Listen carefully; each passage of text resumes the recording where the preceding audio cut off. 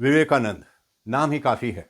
भारत में विवेकानंद को एक देशभक्त सन्यासी के रूप में जाना जाता है और उनके जन्म दिवस को राष्ट्रीय युवा दिवस के रूप में भी मनाया जाता है। उनका एक कोट आज भी निराश हताश आदमी को भी जगा देता है, उसे जोश से भर देता है और उसे दुनियावी जंग लड़ने को तैयार कर देता है। उनका कहना था कि उठो, जागो और तब तक नहीं रुको जब तक लक्ष्य हासिल ना हो जाए, यानी arise awake and stop not till the goal is reached. मैं हूं गजेंद्र जगराम। स्वामी जी के साथ आज की यात्रा पर चलने से पहले चैनल को सब्सक्राइब जरूर कर लीजिए। तो आज हम बात कर रहे हैं स्वामी विवेकानंद की। उनका जन्म 12 जनवरी 1863 को कोलकाता का एक जाने माने कुलीन परिवार में हुआ था। स्वामी जी वेदांत के बहुत ही मशहूर और प्रभावशाली गुरु थे। उनका वास्तविक नाम नरेंद्र नाथ दत्त था। उन्होंने अमेरिका के शिकागो में सन 1893 में विश्व धर्म महासभा में भारत की ओर से सनातन धर्म का प्रतिनिधित्व किया था। वे रामकृष्ण परमहंस के सबसे योग्य शिष्य थे। स्वामी विवेकानंद ने रामकृष्ण मिशन की स्थापना की, जो आज भी काम कर रहा है। उन्हें विश्व धर्म महासभा में बोलने के लिए केवल 2 मिनट का समय दिया गया था और जब उन्होंने अपने भाषण की शुरुआत my brothers and sisters of America, यानी मेरे अमेरिकी भाइयों और बहनों के साथ की, तो इस पहले ही वाक्य ने उन लोगों का दिल जीत लिया और काफी देर तक पूरा हॉल तालियों की गड़गड़ाहट से गूंजता रहा। और जब तक धर्म सम्मेलन चला, उन्हें स्वामी जी को बोलने के लिए एक विशेष समय निश्चित करना पड़ा ताकि बाकी श्रोता और भी वक्ताओं को सुनने के लिए वहां रुके। विवेकानंद ने अपने गुरु रामकृष्ण परमहंस से सीखा कि सारे जीवों में केवल परमात्मा का ही वास है, इसलिए मानव जाति के कल्याण के लिए जो मनुष्य दूसरे जरूरतमंदों की मदद करता है, उनकी सेवा करता है, वो परमात्मा की ही सेवा करता है। अपने गुरु रामकृष्ण परमहंस की मृत्यु के बाद स्वामी विवेकानंद ने पूरे भारत की यात्रा की और चूंकि उस समय भारत में ब्रिटिश शासन था, इसलिए उन्होंने उस समय देश की हालत को देखा और समझा। विवेकानंद ने अमेरिका, इंग्लैंड और यूरोप में हिंदू दर्शन के सिद्धांत का प्रसार किया और इस दौरान उन्होंने बहुत से सार्वजनिक व्याख्यान दिए। इसी दौरान सन 1893 के आसपास, जिस समय भारत में अंग्रेजों का शासन था, एक बार स्वामी जी विदेश में कोई व्याख्यान दे रहे थे तो किसी एक विदेशी ने उनसे सवाल किया कि आपके पिछड़े देश को अंग्रेजों जैसी उन्नत सभ्य जाति के संपर्क में रहकर कैसा लग रहा है।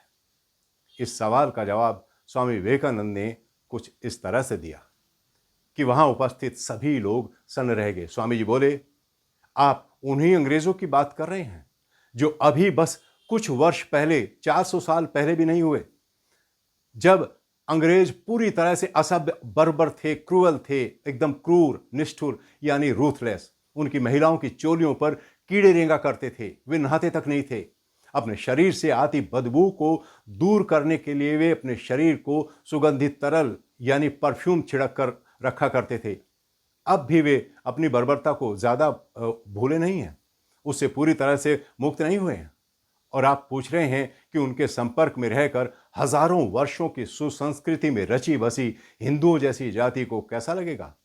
आप जानते हैं वे लोग बर्बर क्रूअल क्यों हैं? क्योंकि बहुत ज्यादा ठंडी, बहुत ज्यादा तंगी और बहुत ज्यादा अभाव में रहने से ही वे इतने बर्बर हो गए हैं। वे केवल हत्याओं और लूटपाट की ही बात सोचते हैं। आप उन अंग्रेजों को सभ्य कह रहे हैं जिन्होंने एक बूढ़े सम्राट बहादुर शाह जफर के बेटों के सिर काटकर थाली में सजाकर पिता के सामने तोहफे के रूप में पेश कर दिए थे। क्या बीती होगी उस बाप पर जिसके सामने उसके बेटों के कटे हुए सिर रखे हों। तुम जिन अंग्रेजों की बात कर रहे हो, वे जिस रास्ते से निकलते हैं उसे जलाकर खाक कर देते हैं, माताओं की आंखों के सामने उनके बच्चों के 2 टुकड़े कर देते हैं, स्त्री पुरुषों को भाले की नोक पर उछाल देते हैं। इन तथाकथित सब अंग्रेजों ने अनगिनत निरीह इनोसेंट लोगों को फांसी पर लटका दिया। इन्होंने भारत का ऐसा कोई पेड़ नहीं छोड़ा जिस पर किसी निर्दोष भारतीय को लटकाकर फांसी न दी हो। अरे इन कसाई अंग्रेजों ने भारत के हर एक पेड़ की शाखा को अपना सिर लज्जा से झुकाने को मजबूर कर दिया है। इन अंग्रेजों ने भारत के उद्योग धंधों को नष्ट करने के लिए भूमि का प्रबंध कुछ ऐसा किया कि किसानों को समय से 2 जून की रोटी भी हासिल ना हो सके। वे अंग्रेज हमारा सारा धन, सोना, चांदी सब जहाजों में भरकर अपने देश में ले गए। भारत के लोग संगठित होकर उनका विरोध ना कर सकें, उसके लिए उन्होंने सारे भारतीय समाज को धर्मों, जातियों और क्षेत्रों के आधार पर विभाजित करके उनके मन में एक दूसरे के खिलाफ जहर के बीज बो दिए। कहां है उनका धर्म? पवित्र आत्मा का नाम लेते हैं वे, मानव बंधुओं से प्रेम का दावा करते हैं, वे दूसरों को सभ्य बनाते हैं, उन्हें ईसाई बनाकर। अब सवाल उठता ही है कि मानव पुत्र को ईसाई बनाकर उसे सभ्य बना रहे हैं या उसकी जातीय अस्मिता यानी उसका आत्मसम्मान खत्म करके उसे अपना दास यानी अपना गुलाम बना रहे हैं। जब स्वामी जी जवाब दे रहे थे तो एक और दूसरा आदमी चिल्लाकर उनसे बोला, क्या ईसा की शरण में जाकर लोग सभ्य नहीं बनते? इस पर स्वामी विवेकानंद ने कहा, अंग्रेजों को उनके धर्म ने नहीं, उनकी भूख ने सभ्य बनाया है, और जैसे सभ्य वे हैं हम जानते हैं। वे मानव प्रेम की बात तो केवल कहने के लिए करते हैं, लेकिन उनके दिलों में आज भी हिंसा और लालच के अलावा और कुछ नहीं है। मैं तुमसे प्रेम करता हूं मेरे भाई, मैं तुमसे प्रेम करता हूं, ये कहते कहते वे दूसरे की गर्दन काटते रहेंगे। उनके दोनों हाथ खून से रंगे हुए हैं, लेकिन मेरी बात को याद रखना, एक दिन ईश्वर का न्याय उन पर भारी शिलाओं की तरह टूट कर गिरेगा। ईश्वर ने कहा था, प्रतिशोध का अधिकार मेरा है, पाप से मुक्ति मैं दूंगा। स्वामी जी की आंखों में एक अनोखी चमक थी। वे बोले, विनाश आ रहा है। तुम ईसाई हो ही कितने? दुनिया के 1/3 भी नहीं हो। उन चीनियों को देखो, करोड़ों करोड़ हैं वे हैं ईश्वर के प्रतिशोध का साक्षात रूप। और देखना, तुम पर टूट पड़ेंगे एक दिन। एक बार फिर जैसे हूणों का आक्रमण होगा, वे सारे यूरोप पर छा जाएंगे। एक बार फिर अंधकार की शुरुआत होगी। पर मुझे चिंता करने की क्या आवश्यकता है? विनाश तो आकर ही रहेगा। ईश्वर के प्रतिशोध को तो आना ही है, लेकिन उस विनाश में से एक नए और सुंदर युग का निर्माण होगा। यह सुनकर वहां उपस्थित लोग बिल्कुल खामोश हो गए। उस खामोशी में से किसी ने स्वामी जी से पूछा, क्या ये सब जल्दी होने वाला है? स्वामी जी बोले, उसे आने में 1000 साल भी नहीं रह गए। इस पर श्रोताओं ने चैन की सांस ली कि चलो, हम तो सुरक्षित हैं। वे लोग केवल अपने जीवन के लिए चिंतित थे। इसके बाद क्या होगा इसकी उन्हें कोई परवाह नहीं थी। ये विश्व उनका नहीं है, ये देश उनका नहीं है, मानव जाति उनकी नहीं है, इसके बाद का कोई नया जीवन भी उनका नहीं है। उन सब की सुरक्षा की उन्हें कोई चिंता नहीं है। उन सबको तो बस वे बच जाएं, बस उनके अपने प्यारे जीवन की सुरक्षा हो जाए। ईश्वर प्रतिशोध लेगा। तुम इसे धर्म में नहीं देख सकते, तुम इसे राजनीति में नहीं देख सकते, लेकिन तुम्हें इसे इतिहास में देखना पड़ेगा। जैसा अतीत यानी पास्ट में हुआ है, वैसा ही भविष्य में भी होगा। अगर तुम लोगों का दमन करोगे तो तुम्हें भी उत्पीड़ित किया जाएगा। भारत में इस समय हम ईश्वर के प्रतिशोध से पीड़ित हैं, क्योंकि धनाढ्य लोगों ने धन के लिए गरीब असहाय लोगों का दमन किया।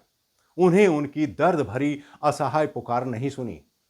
जब भूख से तड़पते लोग उनसे अन्न के कुछ दानों की भीख मांग रहे थे, तो उन्होंने उसे अनसुना कर दिया और खुद सोने चांदी के बर्तनों में अलग अलग व्यंजनों का स्वाद लेते रहे।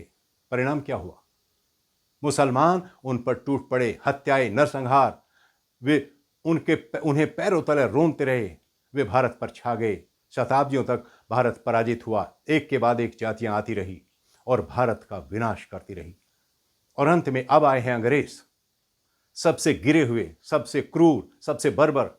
तुम आज के भारत को देखो। हिंदुओं ने अपने पीछे क्या छोड़ा? जगह जगह अद्भुत मंदिर। मुसलमानों ने क्या छोड़ा? सुंदर महल और इमारतें। और अंग्रेजों ने क्या छोड़ा? टनों के हिसाब से शराब की टूटी हुई बोतलों के ढेर। ईश्वर ने मेरे देशवासियों पर दया नहीं की, क्योंकि उन लोगों के मन में दया नहीं थी। उन्होंने पूरी क्रूरता के साथ अपनी प्रजा का शोषण किया। इसलिए जब उन्हें स्वयं सहायता की जरूरत पड़ी तो उनकी प्रजा में इतनी ताकत ही नहीं बची थी कि वो उनकी मदद कर पाती। एक बात हमेशा याद रखना, मनुष्य चाहे ईश्वर के प्रतिशोध को ना देख पाए, लेकिन वो इतिहास के प्रतिशोध से इनकार नहीं कर सकता। और अंग्रेजों से भी वो प्रतिशोध लिया जाएगा। इस समय उन्होंने अपनी एड़ियां हमारी गर्दन में धंसा रखी हैं। उन्होंने अपने सुख के लिए हमारे खून की आखिरी बूंद भी निचोड़ ली है। वे हमारे अरबों रुपए लूट कर अपने साथ ले गए हैं, जबकि हमारे गांव के गांव और प्रदेश के प्रदेश भूख से तड़प तड़प तड़प कर मर गए हैं। अब चीनीवासी ईश्वर के प्रकोप के रूप में वज्र बनकर उन पर गिरेंगे।